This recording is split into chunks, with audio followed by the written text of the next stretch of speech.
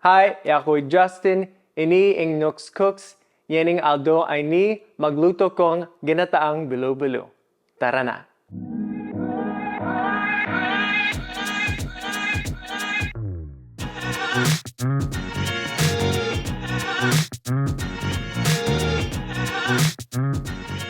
Ginataan Bilo Bilo. The best way I can describe it, it's sort of like a dessert soup. There is a sweetened coconut milk soup of sorts, filled with different types of sweetened root vegetables, fruits, tapioca balls, and glutinous rice balls. It can be eaten hot or cold, and it has different names depending on what region of the Philippines that it's made. In the Visayas regions, it can be called benignit. Sorry if I mispronounced that. It's also known as ginataang halo-halo, palitok. So I mentioned it's called, or at least I called it Ginataan Bilo Bilo. I grew up calling it sampalot. I believe that's the Kapampangan name. I'll confirm that later. So the word ginataan comes from the word gata, which is the Tagalog and Kapampangan word for coconut milk. So anything that's cooked in coconut milk is something, it's like ginataan something. So you can have ginataan adobo, which is adobo with coconut milk, ginataan kalabasa, so that's squash, ginataang ipon or paro, which is shrimp. And yeah, that's the best way to describe what anything is ginataan. In Chinese cuisine, there's a dessert called taro coconut sago soup or dessert. Is it sago or sago? In the Philippines, I've only heard sago. In other places, I've heard sago, so maybe it depends on where you're from. And I would not be surprised if it's the influence for Ginataan Bilo Bilo. And I'm pretty sure there's a version in Vietnam too. If anybody knows, leave a comment down below and let me know. Here are all the ingredients for the Ginataan Bilo Bilo, starting with the coconut milk or gata. This is what makes it ginataan. Then we have glutinous rice flour. This is for the glutinous rice balls or the bilo bilo. Here is frozen saba bananas. These will thaw out. These will cook down into the ginataan. Then we have tapioca pearls or sago. Here are white Japanese yams. I could not find the purple ones. It would have made it a lot prettier, but these are the white ones. These are delicious. Either way. And then here is the sweetened cooked down jackfruit alangka. You can watch that in my other video over here. And those are the ingredients for Ginataang Bilo Bilo. And one final ingredient that I forgot while I started cooking already, sugar. And also water.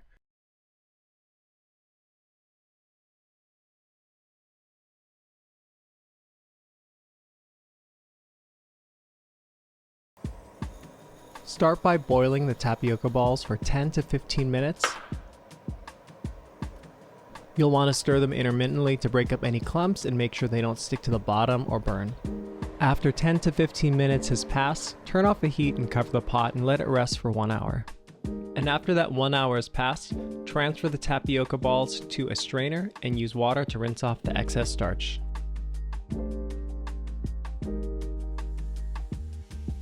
If you look closely, you can see that some of the tapioca balls still have a white center, and that is the uncooked tapioca. That'll make for an unpleasant hard bite.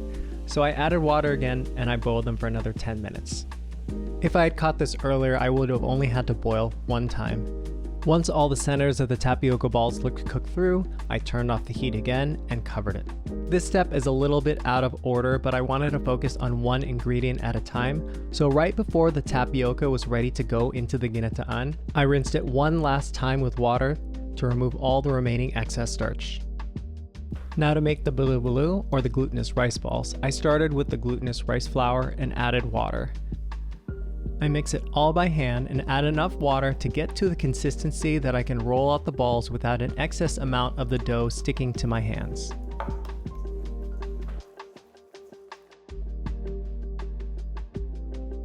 Here I am rolling out the glutinous rice balls. This is about the consistency you want. You can see there's not too much sticking to my hands after I roll them. For consistency's sake, I rolled out some of the glutinous rice balls and weighed them to get a ballpark of where they're supposed to be. I would say about 7 to 10 grams each. Now, all you gotta do is roll up all the glutinous rice balls. This is not necessary. I had a banana leaf and I thought it looked nice since I saw my family do it back in the Philippines.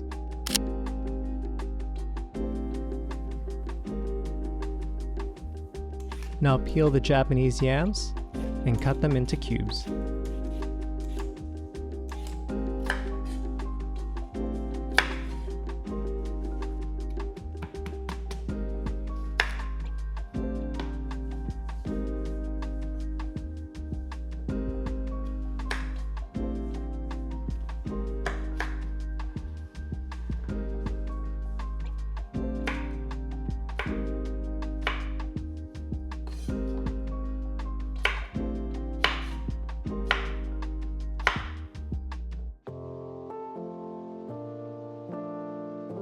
Then cut the saba bananas to roughly the same size as you did as the Japanese yams. If you use frozen saba bananas and they're still frozen, that's totally okay because once they go into the hot coconut milk, they'll totally cook through. Add coconut milk to a pot.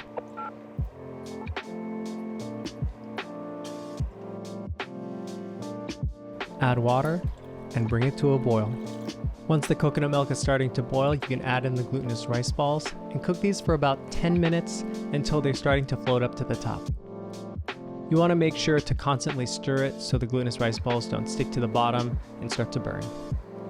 Now add in the cubed Japanese yams and cook these for about 10 minutes or until they're fork tender.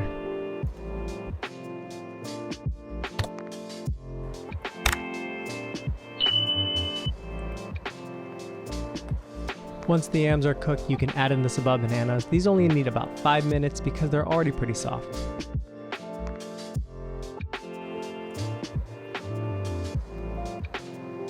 Add in the cooked down sweetened jackfruit.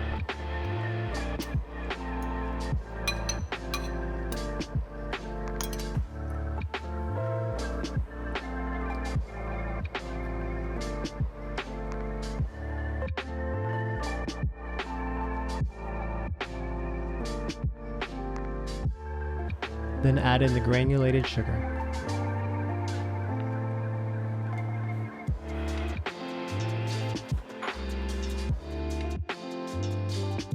Give it a taste to check the sweetness and adjust as needed.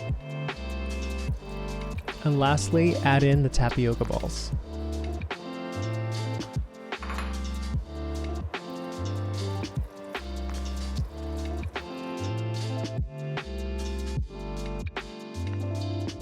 At this point, I found the consistency to be a little bit too thick, so I added a little bit of water to thin it out. In the final recipe, I wrote out exactly how much water I use, and if you're unfamiliar with this dessert, use this visual as a guide. If you are familiar with it, you can thin it out or thicken it as much as you want.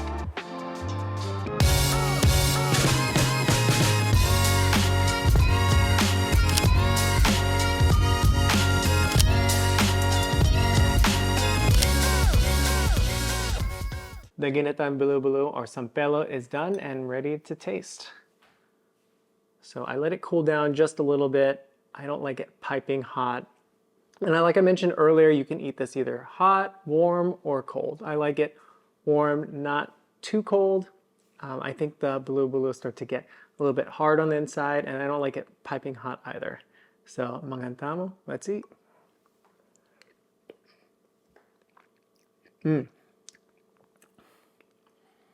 Just the right amount of sweetness. So my goal with all of my videos is to come up with like a recipe of set amount of ingredients. And this one's no different. I would say in this one, it's a guideline to at least get you on the ballpark of how much of any ingredient you want, specifically the sugar, because sugar or sweetness can be a factor of what your preferences are. That one I had a bunch of yam or kamote, and then this bite has more of the sago or the pearls and jackfruit. Yum. Well, I think I have some of the banana too. Yeah, not too sweet, just how I like it, the perfect Asian dessert complement. I would say when it comes to desserts, this is a very Asian dessert.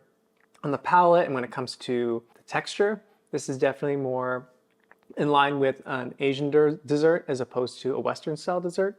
But I would say it's an acquired taste, and if you give it a shot, it will be something you could definitely enjoy. Let's see, I think here's the bilo bilo, or the glutinous rice ball.